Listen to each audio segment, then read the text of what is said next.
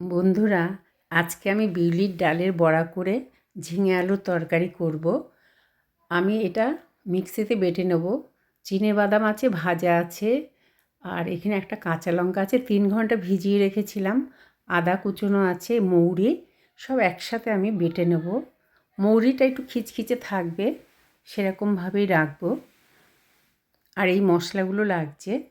আমি ফোড়নে কিছু দিচ্ছি না, আপনারা ইচ্ছে করলে দিতে পারেন।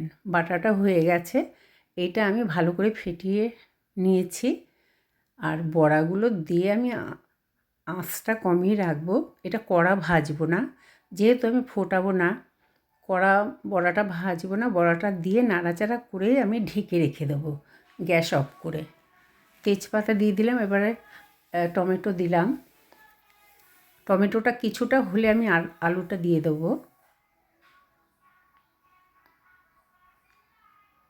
আপনারা ইচ্ছে করলে কালো জিরে, জিরে ফোড়ন দিতে পারেন। যে মশলাটা ছিল সেটা দিয়ে দিলাম। এখানে হলুদ আছে, কাশ্মীরি গুঁড়ো লঙ্কা আছে, আর অল্প একটু মিষ্টি আছে, সামান্য একটু। আলুটা আর্ধেকের মতন হয়ে গেছে সিদ্ধ। আর এই ঝিঙেটা দিয়ে কষলে মানে কিছুটা বাকি থাকবে, কিন্তু আমি ফোটানো জল দেব।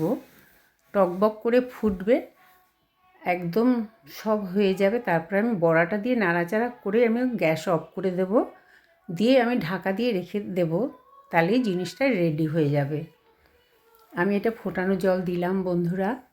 আর ঝিঙেটা আমি একদম খোলা পুরো ছাড়াইনি, কিছুটা আছে, যাতে ঘ্যাট না হয়ে যায়। ওদিকে সিদ্ধও হবে, ঘ্যাটও হবে না। তরকারি হয়ে গেছে বন্ধুরা। এইভাবে করে খেতে পারেন, ভালো লাগবে।